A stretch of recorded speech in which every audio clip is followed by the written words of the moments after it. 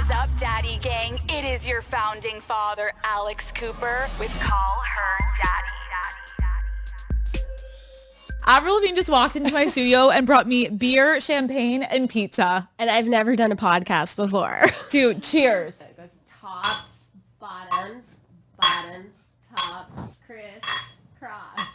Fuck, I already feel so much cooler. I'm really, really happy you're here. I'm obsessed. The way to kick this off is so fucking good. Daddy Gang, if you're listening to this and you cannot see anything, Avril just walked in here. Pizza, beer, champagne.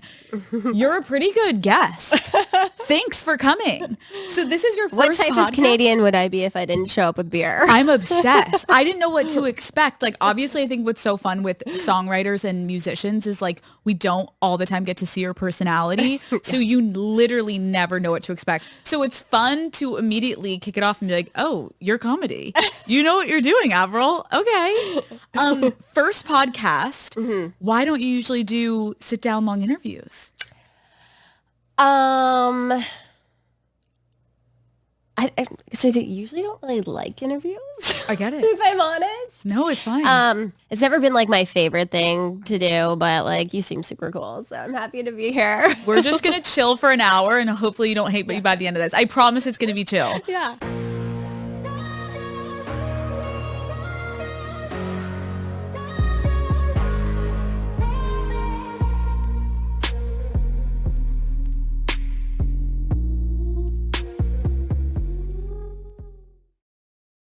You recently just announced that you're going on a North American tour and you are releasing your greatest hits album.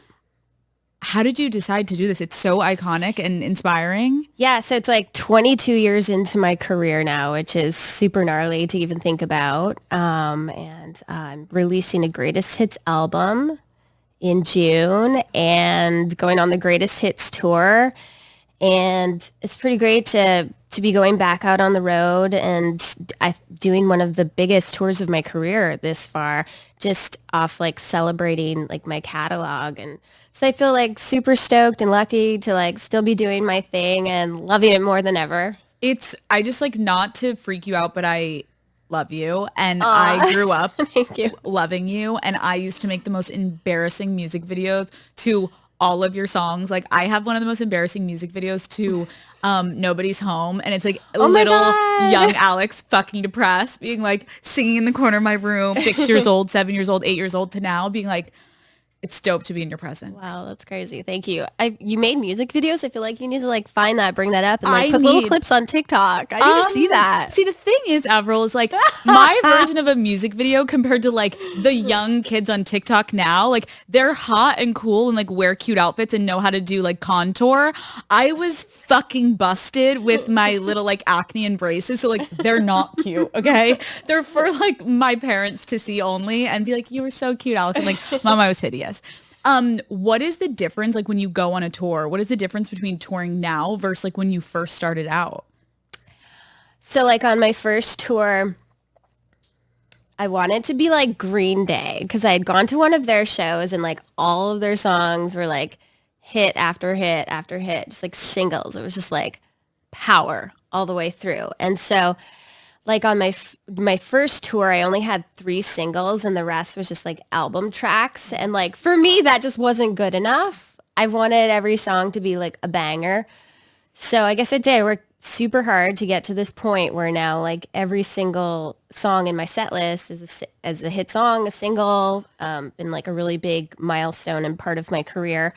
So like making a strong set list is like, for me, that's like the biggest thing that goes into the show. But I think every tour has gotten easier. I've come out of my shell more as a performer. Also like bringing like my favorite bands out on the road to open with me, like actually like my friends. Yep. Yeah. Oh, that's so true. We can play like beer pong backstage, skateboard backstage together, have barbecues backstage. Didn't you have Simple Plan come with you? So Simple Plan opened for me on my first tour back in Obsessed. 2002 or something. And you had All Time Low too? All Time Low. Oh my God. I was so obsessed with All Time Low. I was like very, very obsessed with them at a point where I was like, this is concerning. Like I really thought I was going to marry one of them. And then like, I obviously didn't.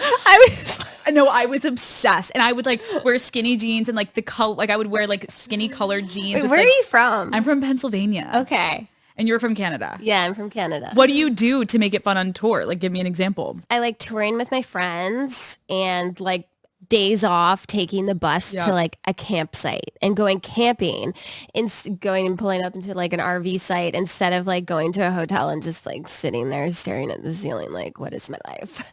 Seen way too many of those, way too long. Like I just go on Amazon and I get a bunch of fun, like I've got a pink cooler that I've just ordered and pink chairs that'll sit outside of my bus every day. There will be beer there. I'll have my skateboards out, and then usually my bus is the cool bus because of that. And I'll have my beer pong table out there, and then everyone just like after the show comes my way. Do you have any like pre-show rituals? Like, are you superstitious at all? I'm just like mellow as fuck in the day because if you think about it, the show is around like 9 p.m., which is why noon feels like super early for artists. Sorry that you're even awake. It's okay. Oh, shit. I'm so sorry that this interview was at noon. I like come walk in and I got like one eye open. I'm just like, I haven't worked out. I haven't had breakfast. I need to like make sure I'm covered here. Oh my God. I'm sorry about that. Yeah, someone came and they're like, do you think you can lower the lights a little bit? I'm like, oh, right. She's not awake. You're literally doing this asleep. You're going to leave and be like, what the fuck did I say on that interview? My time, even though the interview was at noon, my time was like 8 o'clock glam. Stop. Leave the house at 10:30. I was like, can we push glam till 9? So not superstitious. Yeah, no, I think I just like what's important is that I do take care of myself before the show. Yes. And then do the complete opposite after the show. So it's like sleep in, hopefully till 3, or noon on the early side. And then like the show, that is like the gym session. It's a 90-minute set at like 9 o'clock at night. So that's when I have to like give it my all and be awake. But that is actually the flow of my body is to like wake up at night. I'm not a morning person. We've made that clear. Or a noon person. You're like, why am I here? Can I take a quick nap, Alex? You just talk for the next hour. You just hang on while I have some pizza. That is no, but that makes sense though, because I think that's like if anyone has a nighttime job, like you're sleeping in super you have to late. bring it. It starts, and then we don't go to bed till 6 a.m. because you get off stage, you're wired, you're amped, my the God. adrenaline, and then like buses don't leave until like whatever 3 o'clock. So it's like after the show, we like set up a barbecue, have fun, hang out with the bands and all that. And party. And for me, like that tour bus, that's my home. So again, another fun Amazon order of just Hello the fuck Kitty everything. I've got like 20 Hello Kitty pillows in the front lounge. And I've got like Hello Kitty bedding, Hello Kitty towels, and everything's just pink and fun. Oh my God, I didn't even think you would be a Hello Kitty girl. Yeah. I would think like maybe a lot of black. I have a Hello Kitty room. on my house. On your house? The tour bus is Hello Kitty tour bus, but my room at my house, I have a room. Well, it used to be my bedroom, and it's a Hello Kitty bedroom. When guys came over, would they like be a little freaked out to like have sex in that room? Well, Avril? there wasn't a lot of guys. Okay, sorry. If a man long relationships. Right. If a man, I mean, there was like a stripper pole and the in the little coffee table, and like this huge pink velvet couch full of like all these stuffed animal Hello Kitties. Are you getting on the stripper pole?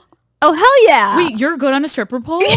Wait, you need to teach me. What the fuck? How did you learn to get on a... You just have a couple of those and wing it. You have a couple beers and you're ready to go. Wow. A new talent. I guess if I'd asked you like what's a hidden talent, would you ever say that or no? No. Next time you go to a party and they ask you a fun fact about yourself, you're like, I can rip on a stripper pole. You're welcome.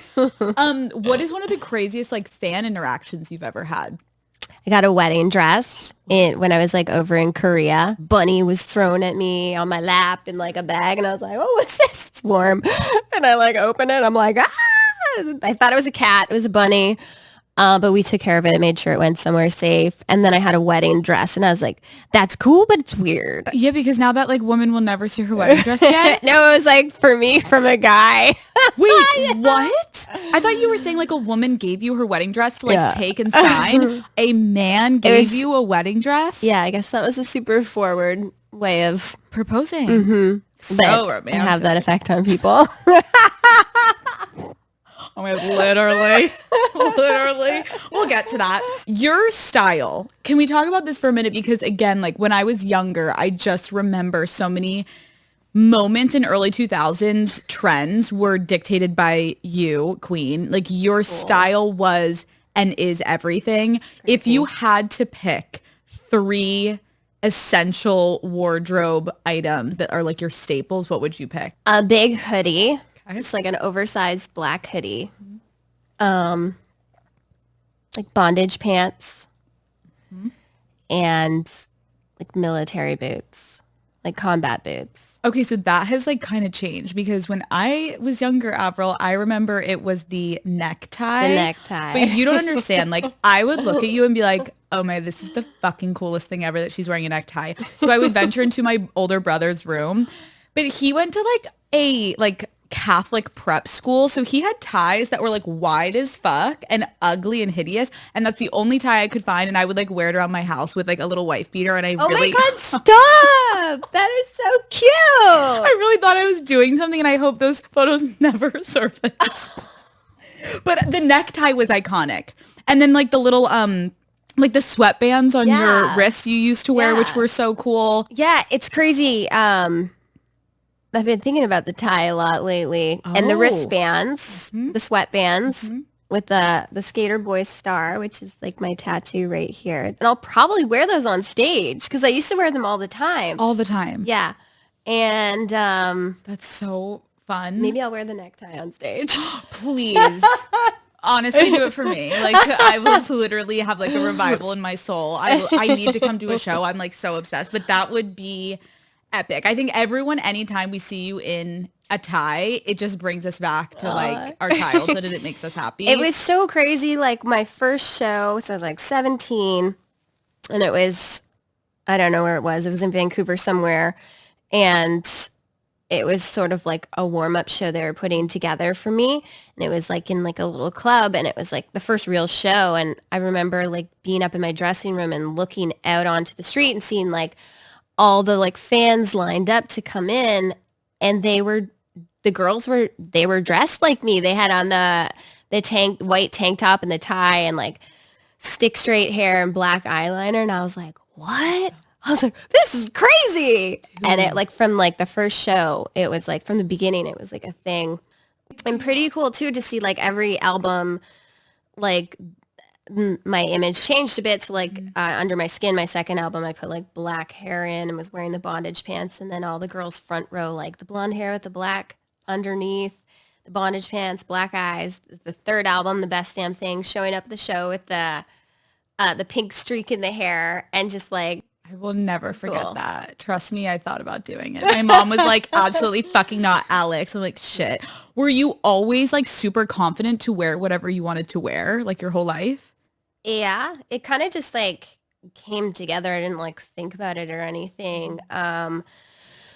Like obviously when I was younger, I was like just dressing in whatever my mom bought. And then when I got, into high school, I was like, okay, I like hoodies and skateboarding clothes. And I started skateboarding and was into like West 49 and Vans and started wearing like really baggy pants. And my parents were just like, are you dressing like a boy?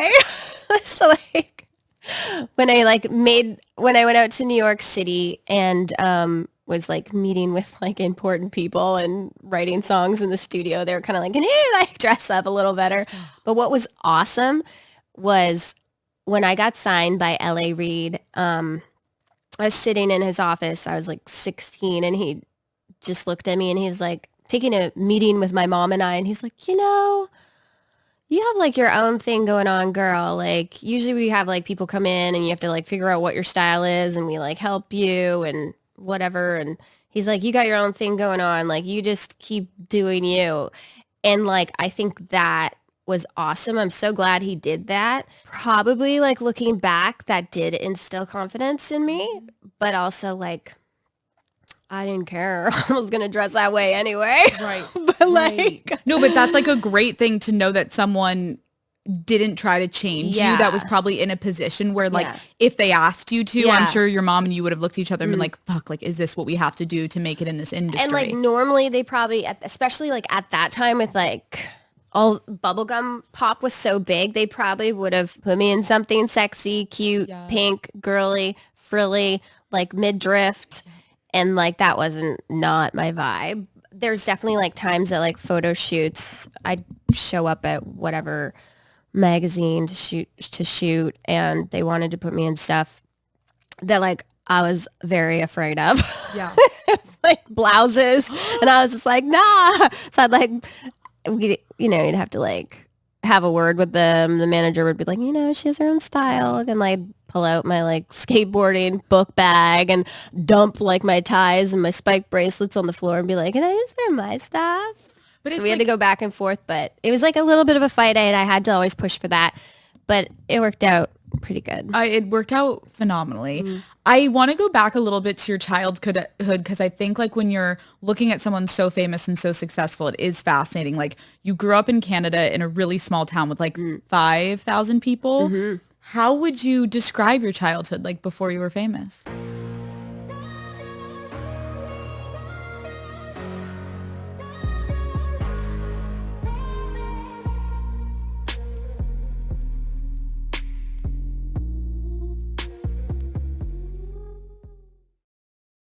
How would you describe your childhood like before you were famous?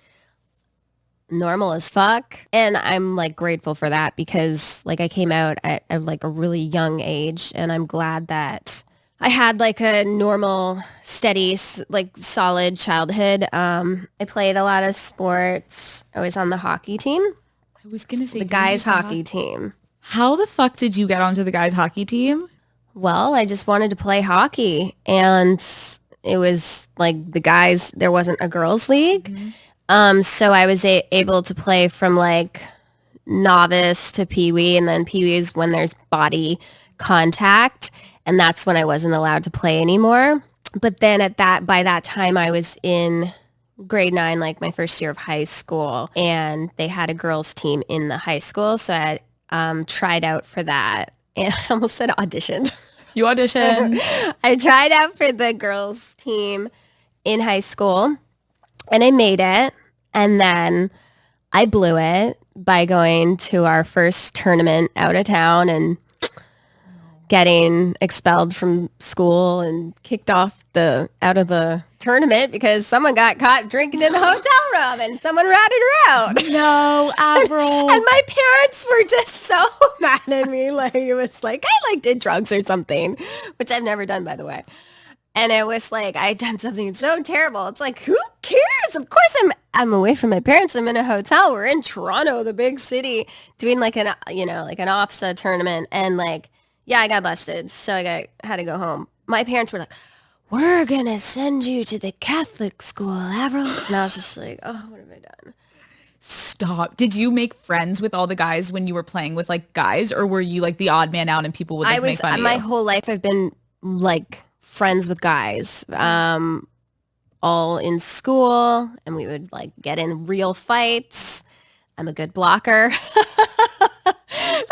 That was my move. I'm a blocker, like block the punch. And yeah, so I played a lot of sports, hockey in the winter, baseball in the summer. I was a pitcher. There was a lot of like, because I was so into hockey, like there's a lot of like rollerblading. So I was rollerblading around town, building forts, skateboarding, and all that stuff. Yeah, I hung out with the guys, and then I like left home, had a band, lived on a tour bus with guys, and still like to this day, I'm just like most of my friends are guys. Did your parents ever be like, why don't you have any girlfriends? Like, should we invite like Rebecca over? Like, let's try this. Let's give it a whirl, Avril. Or did they like not give a shit? My parents were really strict with me. Like if I had a guy over who was just my friend, even like there was no bedroom, it was like the middle floor. They monitored it. It was dinner. But all we wanted to do anyway was run around and like rollerblade, skateboard, play mini hockey. I played hockey too, and my brother played You hockey. did? Yes. What position? I was like, well, first of all, I was like not that great. I ended up going and playing soccer, but I was like on offense, and my dad works for the NHL. Yeah. So like my whole life hockey, Whoa, it was, oh my God, we were a full cool. hockey. It was, oh my God. it was cool, but we were like, it was weird. I think in Pennsylvania, like you're lucky. Canada, it was like, that's the sport. Yeah. But in Pennsylvania, people were like, why do you have your children playing freaking hockey? And my dad was like, it's just the best sport ever. Like, just trust us. And so we had like roller hockey, mini hockey in the basement on the carpet. Like, and you we take did the it all. sticks and burn them over the stove. Yes. Oh my God. And like, I think people were like, what are you guys doing in your basement? We're like, we're playing mini hockey. Living our best lives. Literally thriving. And it was no so one will fun. ever fuck with us when we're older. But it's cool that you played hockey because I feel like it's obviously a sport that makes you really fucking tough. It does. And you just learn to like basically get the shit beaten out of you on the ice. And then you're like, oh, it's normal day. And it's freezing cold. All and the you pads. wake up and just skating alone is so hard. It's my like God. gnarly cardio. And then if you're actually like playing and stick handling and shooting and like you're out there and the game is happening, skating is its own thing. Oh my God. I remember like because Matt, my husband is from LA, and I so badly just want to take him like ice skating, even if it's like during Christmas time around like the little fucking pond. Okay. Because he's so good at sports, but he does know how to ice skate. So I'm like, watch me backwards skate, watch me skate around, watch me do drills, bitch. Like, Are you awesome on skates? I'm really good. Like, Me too.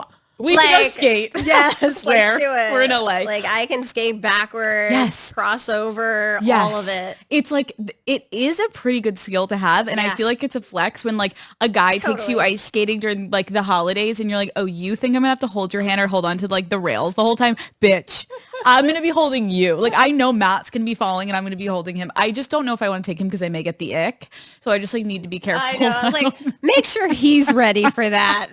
No, literally. So you like had a pretty normal upbringing, which I'm happy you're talking about because it's like you're playing sports, you're hanging. I babysat. I shoveled driveways. I mowed lawn. Oh my God. And did the whippersnipper. The weed whacker. The whippersnipper. I like put flyers out. Stop. I cleaned houses. You did it all. I worked at a fried chicken place. How was that? And then I got fired. Oh, again, were you drinking on the job?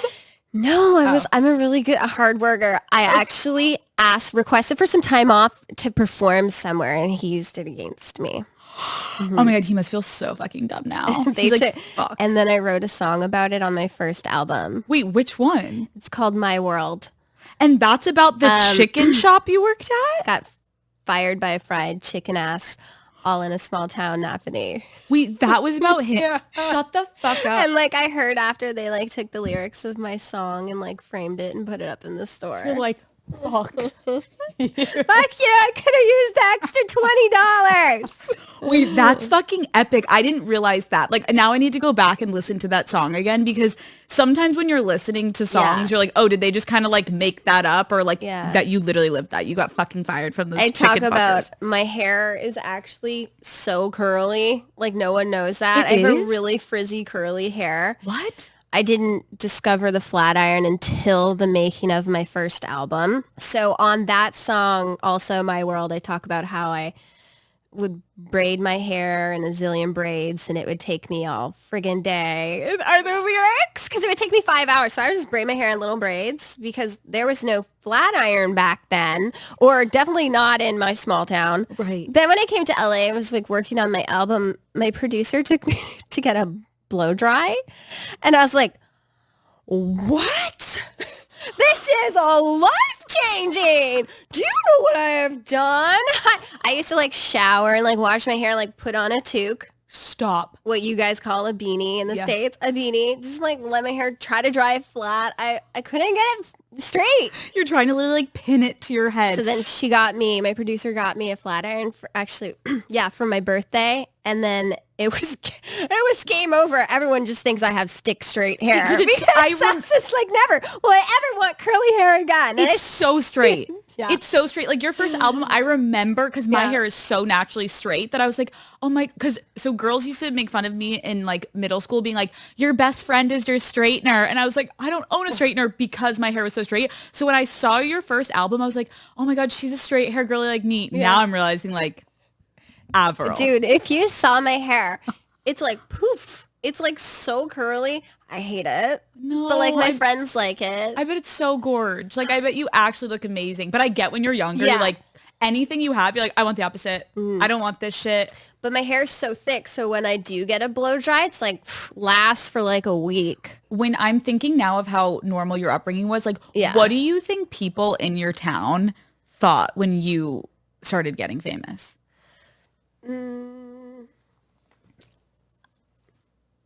I don't know. Like, do you think it was a surprise to people? Like, okay, so like around school. Okay, so when I was 14, I won a contest to sing on stage with Shania Twain. Sick. In Ottawa. So it was like a few hours away from my small town. And like I sang on stage with her. And then I came back and I was like famous in my high school. It was like walking down the hallway. I was like, singer girl. She's the singer girl. That's Avril. So everyone kind of knew me as like the singer girl. You got famous at 17 years old. Yeah. Like big So fame. I'm a high school dropout. Love. Me too. Do you? Yeah. I went to New York and I started making my first album. My friends were all doing, what are those things called? The exams. The shit I didn't have to do. Is it an exam? Like SATs? What's the thing at the end? Yeah. Yeah, an exam. Yeah, I didn't have to do that. Oh, finals? And I would make fun of them and I'd be like, thank God I don't have to do this. I'm just in New York gaining 10 pounds, eating McDonald's and pizza every day. No shit. That's all my brother and I did because he came to chaperone. Oh my God. And so, yeah. But all I was thinking at the same time was, this better work. Right? You're like, this fuck. better work. Because I feel like you're a quite confident person. Like, did you have any insecurities back then? No. I was like, just like tomboy, liked hanging out with the guys, loved music. And then, you know, like when I was younger, I was singing in church, singing at like the country fairs around town. That's kind of like, those were sort of the like options in front of me. Then when I got into high school, so like 14, 15, I was like, not really feeling these songs anymore. So I like went through a phase where it was like, I could have gone, you know, I was at a crossroads. It could have been like, okay, I'm not going to sing anymore. Or it was just like, I don't want to do these events anymore. So I started turning them down and it was kind of like, oh, what are we doing here? And that forced me to write my own songs. So I sat in my bedroom and was like playing the guitar. I had no idea what I was doing. I knew one chord, but I was going to figure it out. And so I started definitely like writing. For sure at 14, I didn't know that because one of my songs I wrote. Oh my God. Really, I'm 14 years old. No. I'm not that old. That's one of the fucking lyrics in the song. So I was like, I know I was writing by 14. That's amazing. Yeah, so, and then I got into high school and then I discovered like Green Day and NoFX, Blink-182, and I was like, yes. And like got an electric guitar. Wore it low and just started writing my own songs. And that's kind of like where it all shifted for me. And then sort of like ended up performing again and making my way to New York City, getting a record deal by like 16 and was so young. No one could fathom that like I wanted to write my own songs. So that was like the biggest sort of challenge on the making of the first album, and that everyone, the producers, you know, they naturally went to like polished and fluffy and this and that. And I was just like, no. And it was like really, I worked with a million people on that album. And then I finally connected towards the end with a couple of producers that then understood. They like sat there and listened to me and heard what I was going for. We wrote the songs together and it was like a really perfect collaboration where it was like, okay, there's this young girl, she has a vision, we're going to work with her and help her get there. And they were all extremely talented people too. And so fought for that, got it, and like, you know, developed my own sound and style, and the rest is history. That first like sound and style, like I remember I was reading somewhere you really described it as like pretty like angsty, and like you coming across as like a quite like chill, happy person. Like, were you actually feeling a lot of those emotions? Because like some of the songs are really fucking sad, because trust me, I cried to them and when I was growing up. So like, where were those feelings coming from? I'm a really big feeler, and I feel everything, and I've gone through, you know, I've obviously experienced all different types of emotion. When you're in high school, when you're going in that age, you know, you're really trying to you're like feeling, having a crush for the first time, or being disappointed, feeling neglected, or like being vulnerable, and opening your heart to someone, your first breakup, and the excitement of something new. There's so much to like tap into and to write about. I was never really thinking about it. It'd probably just end up being like that day what I was feeling. There's definitely like songs like Losing Grip. I'm often like, I listen to the lyrics and I'm like, and I knew it when I was writing them, like, where's this shit coming from? Is this my past life? Were your parents ever like, what the fuck, Avril? Are you okay? No, I'm not really, but they were like, they didn't like the swearing. They were a little like, you know, the clothes and da-da-da, but like they get it. My mom, when I was 2, she was like, she knew I was going to be a singer, like came home from church. She's like, holy shit. Holy God. She's like, came home, said I came home from church singing Jesus Loves Me or Jesus Loves You. And she's like, oh my God, she can sing. And so my parents were like so supportive, and like obviously wouldn't be here without that support. Were you always confident getting on a stage? Like, are you like, I feel like you're not, you were, you did. Yeah. Cause like, I always have this weird dream though, where I'm on stage and I can't remember the words. Why have I been doing that lately? we stopped. I know I'm confident on stage. It's like, You never like even thought nothing. about it. Yeah. It's like nothing. Yeah. That's incredible. And then when I sang with Shania on stage, it was in front of like 20,000 people in this arena, like packed. I was 14, and I did, all I felt like overcome my whole body was like, I like walked out on stage and I was just like, oh my gosh, like this is what I really want, like for me. And then like 3 years later, I sold out that arena and played my own show. Do you remember like how you felt? I was like, this is crazy. This is insane. And when you would have those moments of like, holy fuck, like would you turn to like your mom? Like who was your go-to person to like freak out with? I still like have them all the time. Wow. Just like if I'm just like walking, I hear myself like out in public, and I'm like, I was going to say, and I'm in a mall, and then I hear myself, but I'm not really in a mall. I don't know where I am. Maybe it's an outdoor mall. I don't know. I love wherever I am, and I hear myself on the radio. Like it's definitely like, damn, bitch. Dude, You made it. Like you did. Small town. No connections. I don't know how I did it. It was supposed to happen, obviously. It was. A lot of hard work. But it's really interesting to hear you talking about your songwriting process because you're so talented. Thanks. And hearing you be like, I'm writing Losing Grip, and I'm literally like, what the fuck am I? Where did I experience this? Like nobody's home. Like it's right. What? I kind of felt that way too, but like I was also like, okay, I'm gonna write this about this like girl that I know, or like the words sort of start, and I'm like, oh, I'm gonna take it in this direction, and it's not about me, and I'm tapping into like what I know somebody else went through. Interesting. Yeah. How did you feel about all the fame and attention? I think I was fine with it. And like my whole life is like weird because of it. Like everything I do, you're in public, so you just like do weird things. Like there's people walking, so you just kind of turn, or like you're not just gonna like stand there. You know, it's like, I mean, if I was like in an airport waiting for like a suitcase, you know, you're gonna like kind of stand behind the like pillar. You're not just gonna stand. It's all like that, and it never bugged me or anything. I just like I got it. I was like, okay, this is how things go now. That's a really healthy way to look at it, because I feel like that's a unique perspective. Yeah. Like I feel like a lot of people feel like they don't have autonomy over their life once they get famous. And you're like, chilling. Like I get followed every time, not every time, but I get followed when I leave my house. I don't know how. I try to like go different ways and stuff like that. And so like I like to go to the grocery store and I like to do all that stuff, but I have to be in the headspace to like energetically handle it, which I'm totally fine with too. Like, Really? do you really want your picture taken like this if you walk out right now? Are you okay with it? You know what I mean? It's like you have to think about that. I am really pleased by your answer. Like there is no right or wrong answer. Like I've had musicians sit here and be like, I'm such an introvert. It's really fucking hard. And like, I hate it. And I wish I could just write songs and upload it and never be in public.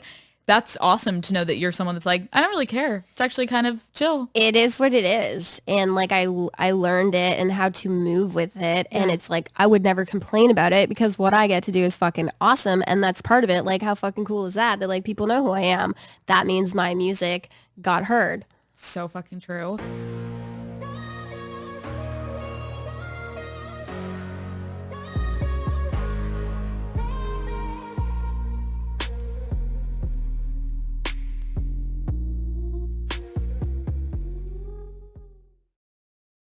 What do you think people, if anything, like misunderstood about you from your career and like you growing up in the spotlight? So I think when people meet me, like, I think they're, oh my God, you're so nice. You're so sweet. No, I like ask people too, like guys are like, you're just like more like, I don't know what the word is, like soft, like feminine, more than girly or something. I think people, because of like my, maybe my music videos, think I'm like all the time. I'm not. I'm actually like, well, what do you think? What is your take on me? I mean, just now trying to think about it, because I think when you were younger, I was younger, I channeled like, oh, this girl's sad and angry. Like, because I know it was like angry Avril. Yeah. And I think that was like, but now it's kind of really incredible to like get to sit across from you and hear you be like, some of these songs I was writing, like there was a girl I knew and I was like writing about her. And then like, it really wasn't that deep. Like my boss fucking fired me from my chicken spot. And so I'm like, fuck you. I wish I got my extra 20 in my other paycheck. Like, I do think though, I don't take back though, like I loved how deep those songs were and angsty they were, because I felt like a lot of people needed that type of music back then. Like I think you're right, there was so much like pop and princess and it was like woo, like let's shake our bodies and be, and I'm like, I don't, my crush that doesn't even know I exist broke up with me, and he didn't even know he broke up with me, but he didn't look at me today, so I'm heartbroken and I'm gonna go listen to Losing Grip and I'm gonna fucking cry. I needed that. Okay, I don't need like a shake your body and dance and be happy. Sure, maybe on a Friday night, but like I in that era needed that depressing-esque music. Is that fucked up to say? Yeah. But it's nice to know you like, weren't depressed, I guess. I mean, I went through it all, and I was like a teenager and feeling the feels, and I was definitely like in like emo and like going through it and like feeling it all. And it's like, I don't want to write a song about being happy because it's going to be kind of like cheesy and like not that cool. Kind of going through that right now where I'm like, I don't know what to write about, because like it's just like that's the thing. It's like an intense emotion. Like Head Above Water was like a really dark, heavy song for me, like kind of like near death experience, like one of the hardest things I've ever gone through in my life, but like real easy to write about. Yeah. I was literally like laying there in bed like I'm dying and I'm accepting it. Oh, there's a song. Gotta tell that. And I literally grabbed my phone and like the song like channels through me. Are you referencing when you got sick? Yeah. Okay. And that was for like kind of like what, 2+ years of your life? You were like in bed? Yeah. It was like it was kind of like bedridden for a couple years, and like, and then like, you know, you gotta get like stronger coming out of that. And that's something that like rocks you pretty hard. But like, I'm really grateful to be like on the other end of that. Yeah. And so that was like a really, I'll think twice about riding the dirt bikes out in the woods on the East Coast next time. Because it was Lyme's disease. It's all I did. It was just like outside, and it's like, you know. But I get what you're saying. You're like, then you're laying there and you're like, yeah, I can write a depressing song right now because this fucking sucks. But it's like waves of emotion that you're like tuning into. And like, I've gone through a lot in my life in love, like tons of ups and downs. And like, you know, I've definitely written like the angry songs and the sad songs, and going through like something hard in life. It's easy to like sit down at the piano, especially that instrument really pulls it out of me. But on like my last album, Love Sucks, it was like much lighter. Even though it was like little boy bashing and like poking fun at like love and stuff, I kind of like putting a twist on my songs now where it's like, it's funny. It's like, I'm just like rolling my eyes at myself for it like not working out again or something, and just like having fun with it. I'm in a place right now today where I'm writing. I don't really like want it to be like that dark. I say that means nothing at all, because tomorrow I could go write a boohoo song. I think that's something that you just never know. Like it's like when I'm in the kitchen and I'm cooking, I don't know what I'm cooking, and it turns into what it turns into. I got a canvas I love to paint. I have no idea what I'm doing. I'm like, oh well, it's cool. That can go on the wall. That one, not so much. When you write a song, sometimes like you can be intentional with an album, go in and be like, this is my vibe, or you can just like wing it, write, and just see what kind of comes out and gets put together. I think that some people may not know. Like, I love that you said, like, when you walked into those meetings, people were like, how is like a 16-year-old girl trying to write? Like, here, let us give you writers and like, just go sing, sweetie. And I think I know you're such an incredible writer that like, I know one of the fun facts online that everyone still can't get over is that you wrote Breakaway for Kelly Clarkson. And that's like a perfect example of like, you're so talented. Do you remember writing that song, and like, was it about a heartbreak? The lyric used to be, I grew up in a small town, and when the snow would fall down, I would just stare out my window. Oh my God. I'm actually going to probably will perform that Breakaway, Kelly Clarkson's Breakaway, on the Greatest Hits tour. That would be fucking amazing. How did you decide to get rid of it? I just like wasn't feeling it. Yeah. And I'm so glad it went to her. She killed it. It was a massive hit for her. And it's kind of like just like growing, being from a small town and taking a chance and like going into the big city and going after your dream. There is a crazy rumor out there about you that I obviously have to ask about. And I always ask people when they come on my show, like, oh, what's the craziest rumor that you've ever heard about yourself? I guess I could just first ask you, like, what would you answer before I ask you? Oh, yeah, that one. I know what you're talking about. I mean, it's just funny to me. Like on one end, everyone's like, oh my God, you look the exact same. You haven't aged a day. But then other people are like, you know, there's a conspiracy theory that I'm not me. There is a... Cool. Honestly, it's not that bad. It could be worse, right? Like, I feel like I got a good one. But is it... Okay. I don't think it's like negative or anything like creepy. So it's like... Avril, this conspiracy theory about you is a little creepy. Come on. Oh. No. Yeah, I don't know. It could be worse. It could? Yeah. Yeah. It could. No, you could be getting like online books. Obviously, I am me. It's so dumb. To people that don't understand, just to give people context, there's a conspiracy theory that Avril Lavigne is no longer with us. And there is a woman named Melissa who took over. And I can't even say it seriously. You sitting across from me, you are Melissa. And there are like conspiracy theories that run so fucking deep. Like, does it annoy you that there will be people that comment on this episode being like, that's Melissa, that's not Avril? When did it start? My second album? Like, I don't even know. I think like from the beginning-ish, second album. I don't know. And why do you think people think that? I think that they've done that with other artists. I'm not the only one.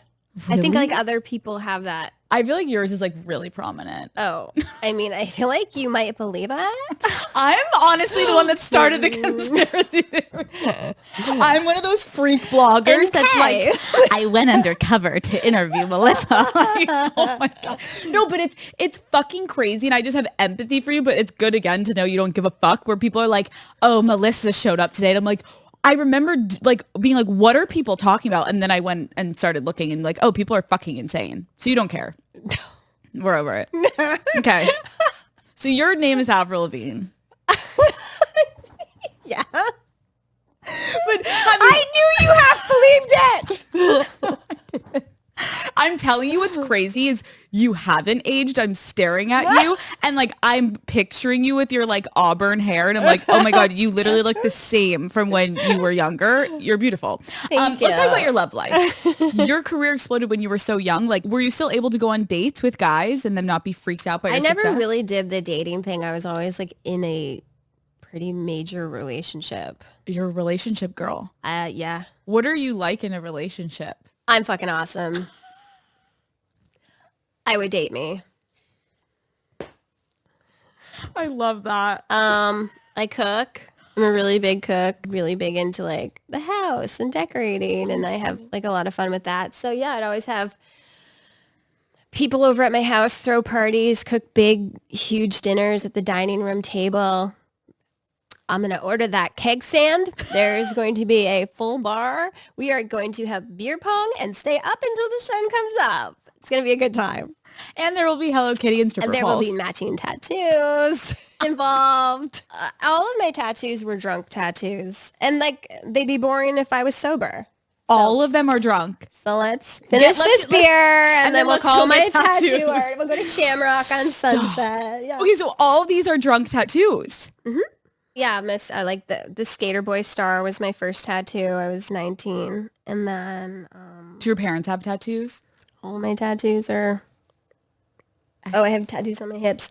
No, I think I'm the only one in the family, really, with a bunch of tattoos. My dad had a couple. Okay. What is the hardest lesson you've ever learned about love? I mean, I definitely went through my, like, jaded phase with my previous album called Love Sucks. And I had gone into a place of, all right, I'm just going to like focus on myself. I'm going to move to Malibu. I'm going to build my own life for me. And I'm not going to like wait for a guy or rely on a guy to like do that. And I definitely felt like I had the wind knocked out of me. I had been through like enough. And it was definitely like, never, I was in a place of like, never trust a guy again. And just like, you're going to have to like rely on yourself. But I don't feel that way today, thankfully. That's amazing. Yeah. Have you ever been cheated on? Have I been with a male before? No. Then the answer is yes. Much as anyone's ever fucked me over, which has happened a shit ton, I've always just like been the classy bitch and taken the high road and kept it to myself. I appreciate that. I think a lot of people stay in things because they're like nervous to start over. I think that's like a really normal feeling, especially for women. It's like Yeah, people are fearful. fearful. Do you have any advice of like how to know when to move on and like how to get yourself out of something that's like maybe comfortable, but you know you need to like be on your own and be single? It's hard when you're in something because like you're in it. So, you know, it's a big deal to leave a relationship. To change is hard, to have to step out. It requires a lot, you know, and some people can't see like that clearly. It's like always easier once you're on the other end, but if you're not happy, you're never going to be happy, and life is short, and you should just really get out as soon as possible so you can move on and then, you know, have a better future for yourself. Some people like to have like something that they're leaving and going to, and, you know, sometimes you have to take that leap of faith and just trust that if you're not happy, it's not a healthy relationship. It's not a good situation, just to get out. And it's okay to have like time on your own in between if you need it. And, you know, just believe and hope that something greater is out there for you. And if not, you're better off on your own than someone draining the fuck out of you. Facts. Thank you. Are you seeing anyone right now? Now I know even if you were, you're never going to fucking tell me. Maybe. Okay, what do you look for in a partner? Do you remember the cheers? Oh, kind of. Okay, let's try it again. Fuck. You're avoiding my question. Okay. Here. Bottoms. Fuck. Tops, crisscross. Okay, do it again. Okay. Tops, bottoms, tops, crisscross. Okay. That's pretty good. And are you a beer drinker? I am when I'm like, whether I'm like outside for summer, like I'm not drinking beer usually if it's like winter, but if it's like summer, I like to drink it like with Matt if I'm sitting outside with my dogs. Like it's like a chill drink. If I'm like, oh, I don't want to be drinking tequila tonight, I will drink beer. And also in college, are you kidding me? I was drinking natties like a freak and like it was bad and beer bonging and everything. So like any day, anytime in California, you could be a beer drinker. Absolutely. Exactly. Pennsylvania. You should come to my house in Malibu. We'll have a beer day have a beer and play beer pong. And you'll answer some of my questions off camera. Yeah. Oh, honey, if you only knew. Avril, you're giving us blue balls. Okay, so you may be seeing someone. What do you look for in a partner?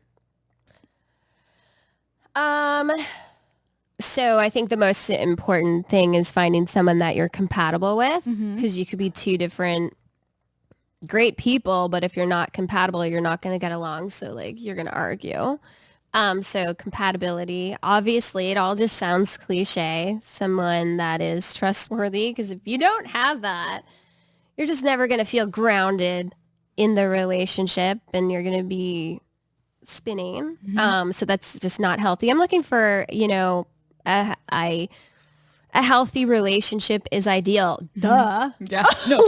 But do we really have to say these things are so simple and cliche and basic? But that's what you need. No, it's true. You need compatibility, trust. Like, do you have a type? I don't think I have a type, but like someone who's at least like, I think someone who's like me, who's like sporty, got a a little rough around the edges, likes to have a good time, but is like, a solid. I need someone who's like a solid that I can lean on to. Yeah.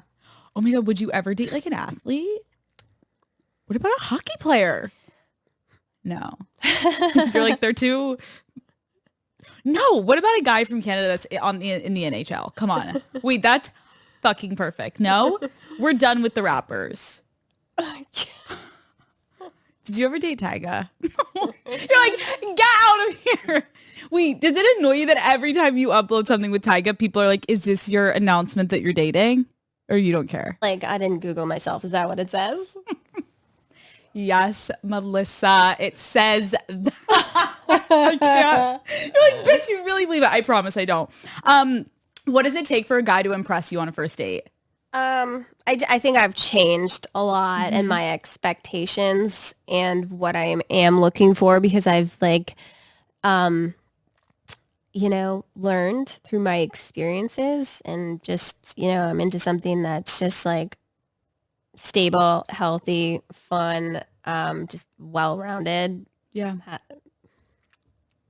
What? Like this. Shit just sounds super cheesy. That's why I don't write love songs. Avril, this is good. This is like therapy. Like you can totally be happy and say happy thoughts, but then like, please keep writing bangers that like make me cry. Like, please.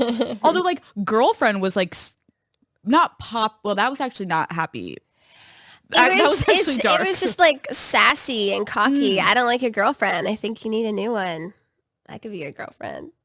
Oh my God. I wrote that fucking song in 2 minutes, that chorus. What? Literally 2 minutes. So I was good. like putting my book bag on, leaving the studio. It was like 11 o'clock at night. And I was like, play me a riff. Because we were borrowing, we had this like amazing Les Paul. And I was talking to Luke and I was like, yo, play me something like punk rock right now. And he's like, and I was like, hey, I don't like your girlfriend. And he's like, and we're like, no way. And he's like, think you need a new one? And I was like, hey, I could be a girlfriend. Literally, he puts the drums to it. 2 minutes, wrote that, put it on a CD. That's what I got a CD, put it in my car, and I took it home. I was like, this is going to be the song of the summer. It was. And I knew it. And my body has done that to me, like with my happy ending. We were in the studio, made the song. I came in after I was done singing it, sat down. They played me the song, and I was like, I just got this entire feeling over my body, and I just like, I can't explain it. I was like, it was like I knew it was big, but I wasn't like, this is a hit. Like I didn't like talk like that, but I was like, this is going to be like, I could feel it. Like I knew it was going to be a big song for me. The same with Complicated. Laying in the grass in California, one of my first trips, and like, around the orange trees with writing with Lauren, and we're like working on this song, and I just remember like sitting on the floor, and I'm like, I hear this on the radio. Like I have like these really strong feelings with like some of my big songs. Do you remember? I never had that feeling with a song that didn't like. That's wild. Go to number one. When you came up with Complicated, was that one where you were actually like experiencing it in your life, or you were just like, I just was kind of like, it just felt right, and I like came up with this verse and it worked? I had like a couple weeks or a month with the Matrix, and Lauren and I were just like getting blow dries and like getting cupcakes at Ralph's and like sitting in the backyard and just talking. And I was just like, like, I love skater boys, and this is the only type of guy I'm attracted to. I will literally walk down the street and I see someone wearing big fat skate shoes and I will look twice. And, so it was like our conversations, and then, them as a team working musically on stuff, and us all getting together, and just Complicated, Skater Boy, I'm With You. Those are the singles off the first album. Where were you when you wrote I'm With You? We were sitting on the piano. It was like...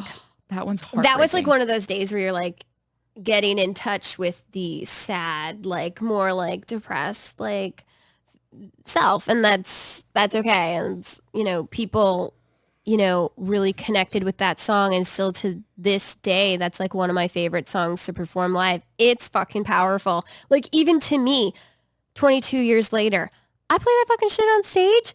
I'm seeing people like, we're going from like all the pop rock songs, everyone's like fist pumping and like losing their shit. I go into that, tears.